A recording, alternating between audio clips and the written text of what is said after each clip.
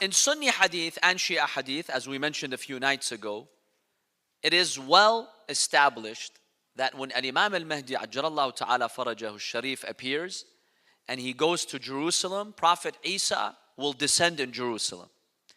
And Prophet Isa will pray behind Imam al-Mahdi. This is even documented in Sahih al-Bukhari. When the Prophet sallallahu alaihi wasallam told Muslims, كَيْفَ بِكُمْ إِذَا نَزَلَ ابْنُ مَرْيَمَ وَإِمَامُكُمْ مِنْكُمْ. These are the words of Bukhari. How do you find it, O Muslims, if Jesus, son of Mary, descends and your Imam, who's going to lead the prayer and lead the world, is from you? And that's a reference to Imam al-Mahdi. And this is well documented in our hadiths.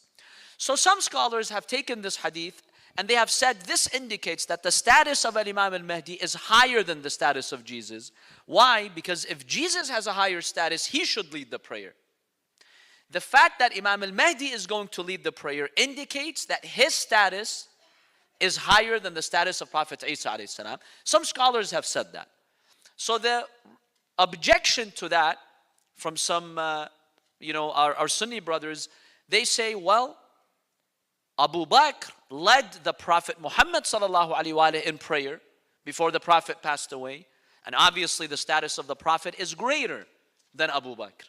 Which means if you pray behind someone, it doesn't mean that leader has to be better than you. Right? And that's how they would refute this point. What is our response to this point? I will share with you the mainstream Sunni version of how the prayer of Abu Bakr happened, and then I will share with you our analysis of that. So the mainstream Sunni version goes as follows. The Prophet ﷺ was very ill. This is, just days, maybe a day or two before he passed away. The time for salah came and the mu'adhin made the call to prayer. The Prophet tried to get up to go to the masjid to pray, but because he was so ill, he fell unconscious, he could not continue.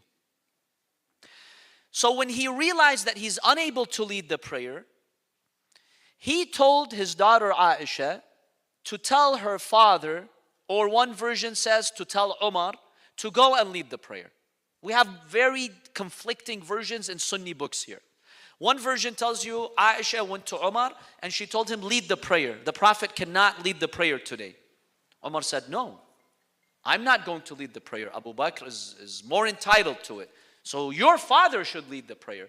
In any case, without going into the details of these conflicting versions.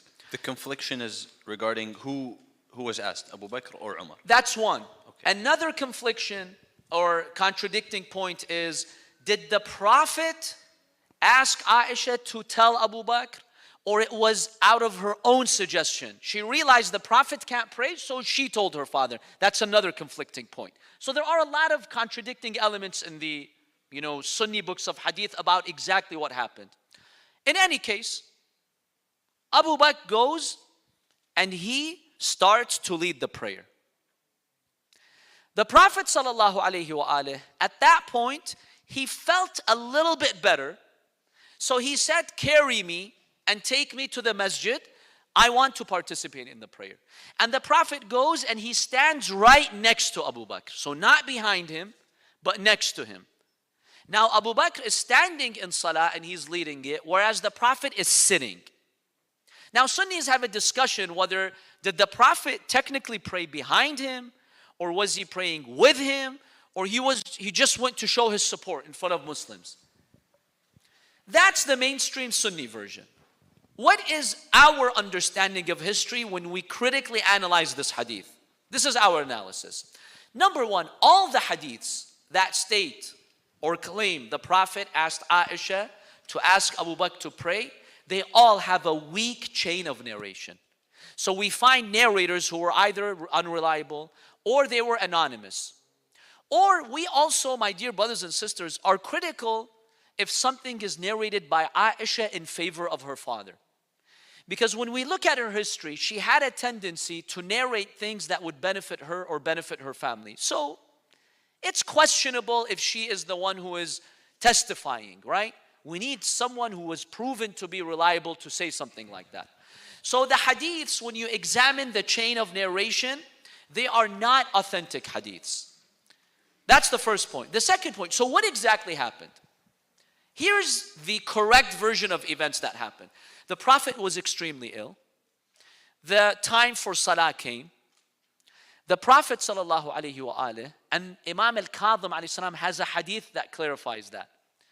He says the Prophet sallallahu alaihi wasallam asked for them to wait so Imam Ali can go lead the prayer. But the Prophet's head was in the lap of Imam Ali. So Imam Ali, he was a bit delayed to go because he didn't want to disturb the Prophet. Aisha took advantage of this delay. When she realized the Prophet's head was still in the lap of Imam Ali, she quickly went to her father and she told him, the Prophet is not praying today. Go and quickly pray.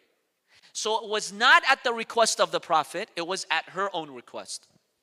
Abu Bakr goes into the masjid and he's standing in line. He's about to say Allahu Akbar. The Prophet finds out. The Prophet becomes disappointed and he tells his uncle Abbas and he tells Imam Ali, carry me. He was suffering, he was in pain, but he said, carry me. I must go to the masjid. So the Prophet with pain, he goes to the masjid, the first line, and he signals to Abu Bakr, move. And the Prophet himself leads the prayer that day. And the Prophet does so while sitting. Even though in Islamic law, it's not valid, it's not allowed for the imam of the prayer to be sitting if he's ill and the people praying behind him are standing. But that day, Allah made an exception to make a point. So if you look at our analysis, the Prophet never asked him to pray. And secondly, the Prophet made sure that he didn't pray. And he himself went to pray. But even if we stick to the Sunni version, the Sunni version does not prove the Prophet prayed behind Abu Bakr. Many of their versions state the Prophet prayed next to him. And so many Sunni scholars have also said the Prophet didn't pray Jama'ah, he just prayed with him. The Muslims were praying Jama'ah behind Abu Bakr, but the Prophet stood next to him, sitting, just to pray in the masjid. But he did not actually pray Jama'ah. So that point cannot be used to refute what we mentioned about Prophet Isa alayhi salam and Al-Imam al-Mahdi.